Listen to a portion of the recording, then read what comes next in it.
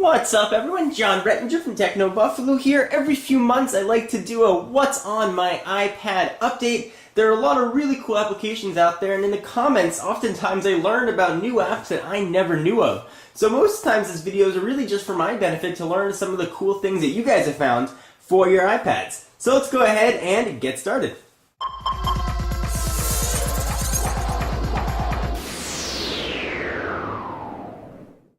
Alright, so my first screen here of apps, you can see there's the search. There's nothing really fancy, probably most of the same applications that you guys have. Leads off with YouTube. I actually watch a ton of YouTube videos on here now with AirPlay. I just fling them to my Apple TV downstairs and just watch whatever I like. It's a lot of fun to be able to watch YouTube videos and keep up with all my subscriptions and learn about new tech and cars and all the other stuff that I like right on the iPad. Next, we've got Photos. Obviously, everybody knows Photos. Notes, Game Center, iBooks, and videos, all pretty standard stuff. Next is Skyfire. It is actually an iPhone application, but it does let you view some Flash content. I sort of did a whole demonstration of this in a iPhone overview. What it does, you can see I was looking at puppy videos. My wife and I are considering getting a dog.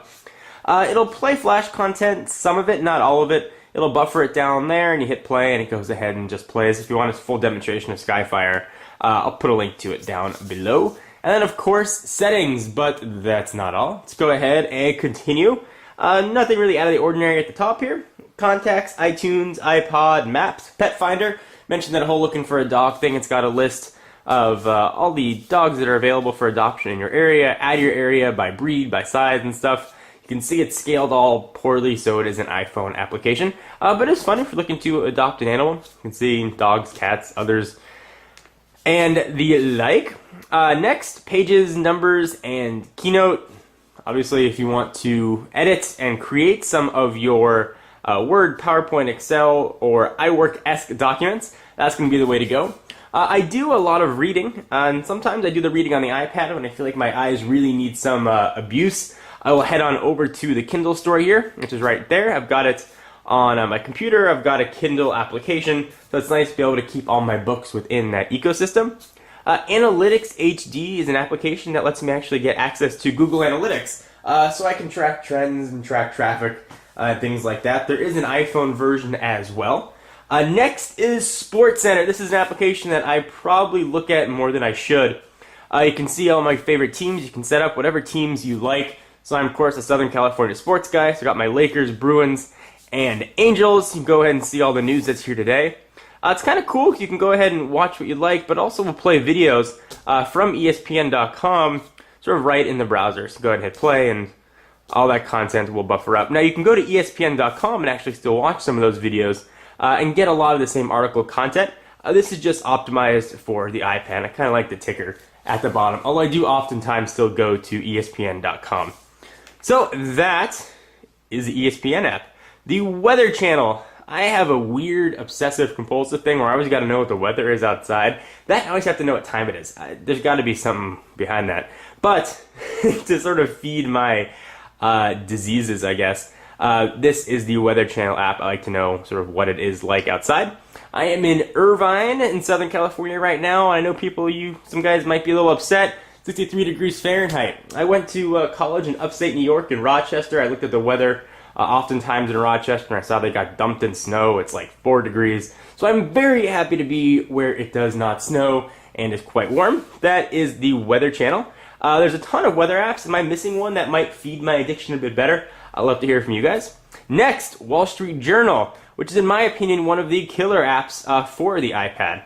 It's a great way to go ahead and keep up on all of your journal content. You can see actually I haven't read it in about 2 weeks. We'll go ahead and open up an older issue, and I can show you what this looks like. It looks very similar, obviously, to the Wall Street Journal. That's its name. It's loading up a back issue here. Sometimes it can take some time. If you leave the application open and then close it, it'll download the stuff in the background. I hadn't opened it in about a week. So you can go ahead and go through and sort of view different pages. You can pull down and jump to different sections and jump back out to different issues if you like. So go ahead and back and launch Mondays. You go ahead and jump to your sections for your Wall Street Journal and pick where you want to go, marketplace, whatever it might be. If you find an article that you like, so let's say I want to read about Fiat's 500, new car coming to the U.S. Actually saw it at the LA Auto Show. It looks sort of very mini-like. It was kind of a good-looking car, though. A nice, cheaper, safe, very fuel-efficient way to travel. So you want to read the article, you're reading it, okay, you're done.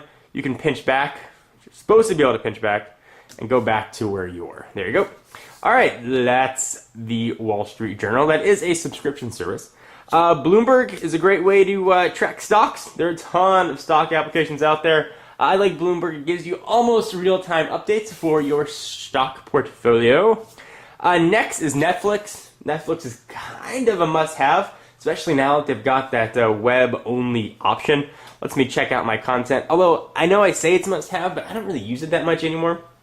I don't know, maybe it's because I don't have that much free time, or I'm just not watching that much streaming content. However, I always like to know that it's there. It's comforting. It's like a warm glass of milk. Goodreader is an application that's super important for an iPad. It lets you open other document files that maybe you couldn't open if you didn't have the pages, numbers, and keynotes option, and a few other file formats. It looks pretty straightforward. The UI isn't very exciting. You don't actually end up opening the application quite a bit. You don't open the application at all. Oftentimes when you view an attachment, it'll ask if you want to open it using Goodreader, and it's more of just a conduit for opening content. Angry Birds, of course. Here's my Angry Birds impression. Which is awful. You'll notice that I am horribly musically not gifted. That's the original Angry Birds game, not Seasons or Halloween. I'm still trying to beat it. I'll get there eventually. This powerful, big, sometimes expensive tablet is oftentimes turned into just a big calculator for me. So I've got two calculator options here. Jumbo and calculator. So if you want to calculate, those are good things to do. The next one here is Atomic Browser. There's a paid version. This is the light one.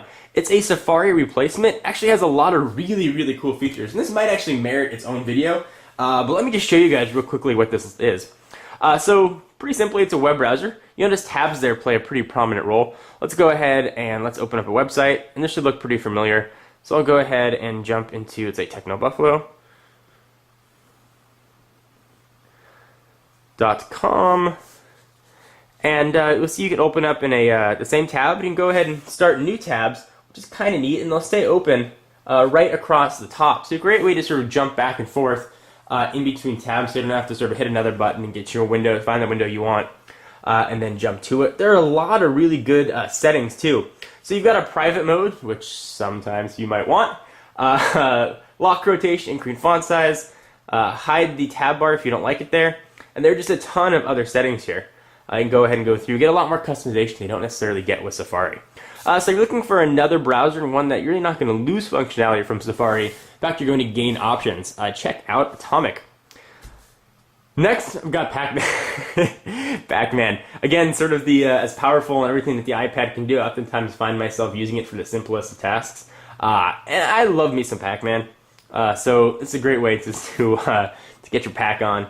Financial Times Mobile Edition. I just downloaded this and it super sucks. I like reading the Financial Times, but this is some odd subscription model. It doesn't really let you get access to much content. You get like snippets of things. I'm not that enthused with the Financial Times here, but it does have that sort of salmon pinkish hue like a newspaper does, so that's fun. And I think that is it. I use Twitterific as my main Twitter client. Safari, Mail, Calendar, App Store.